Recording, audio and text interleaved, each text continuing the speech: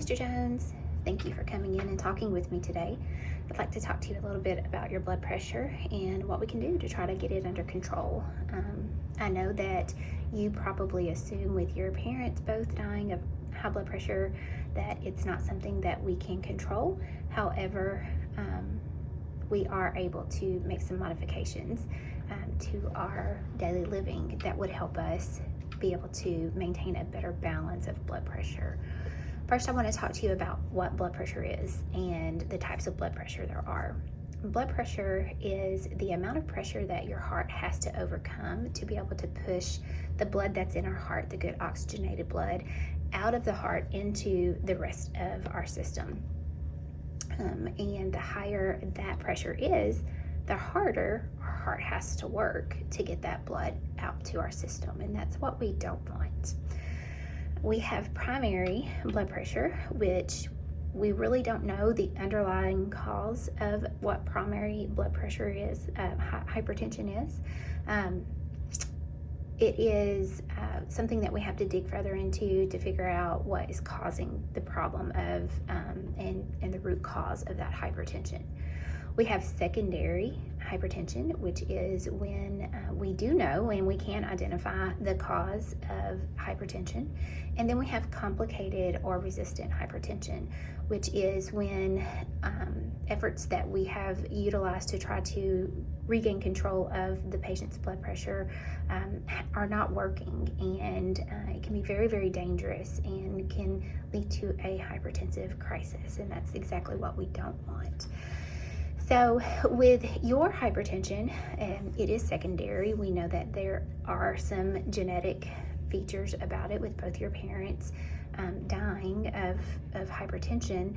So we want to do what we can with our daily living and our health habits to make sure that we're trying to offset that genetic disposition as much as possible.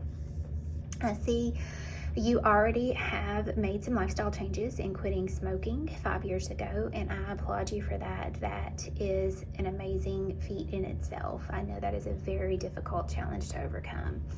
There are a few more lifestyle changes, though. I feel like if we made them, it would decrease your blood pressure. The first thing we want to talk about is our alcohol consumption.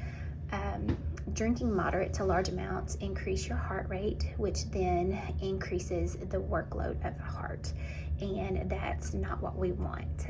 It also can cause our vessel tone to be more constricted and be more uptight, and that's going to lead from a vessel being a bigger vessel where it's not hard to push fluid through to a smaller vessel that's going to take more pressure to push it through. And so if we could decrease our drinking or even completely quit drinking, that would be an amazing goal to have. We also want to watch what we eat. What we eat can play a big role on our vessel tone, just like I explained. It can also play a big role on our hormone balances that cause us to retain fluid. If we eat a lot of salt or a lot of sodium, that causes our body to retain fluid, and that increases the amount of fluid that our heart has to pump forward, making it work harder. We also, if we have a high fat diet, we can get buildup in our vessels, causing them to shrink again. It might not be necessarily related to the tone of the vessel, but the buildup in the vessels create a smaller hole for that fluid to push forward, so we don't want that. The most significant risk that you run with having high blood pressure is having a stroke, and that's what we don't want. There are a couple of different things that can happen. If a piece of the buildup that's inside your vessel breaks off and travels to your brain and gets stuck in an area in your brain, it could completely cut off the blood flow to that area of your brain, causing damage to that area. And that damage might not be repairable. It could be severe disability or even death that it causes for you.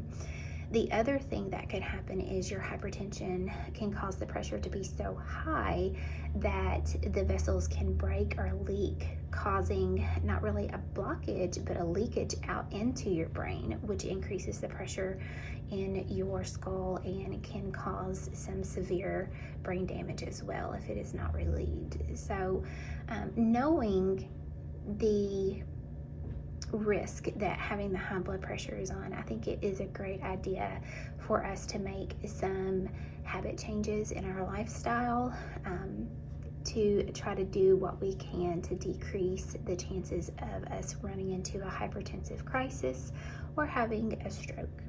Thank you.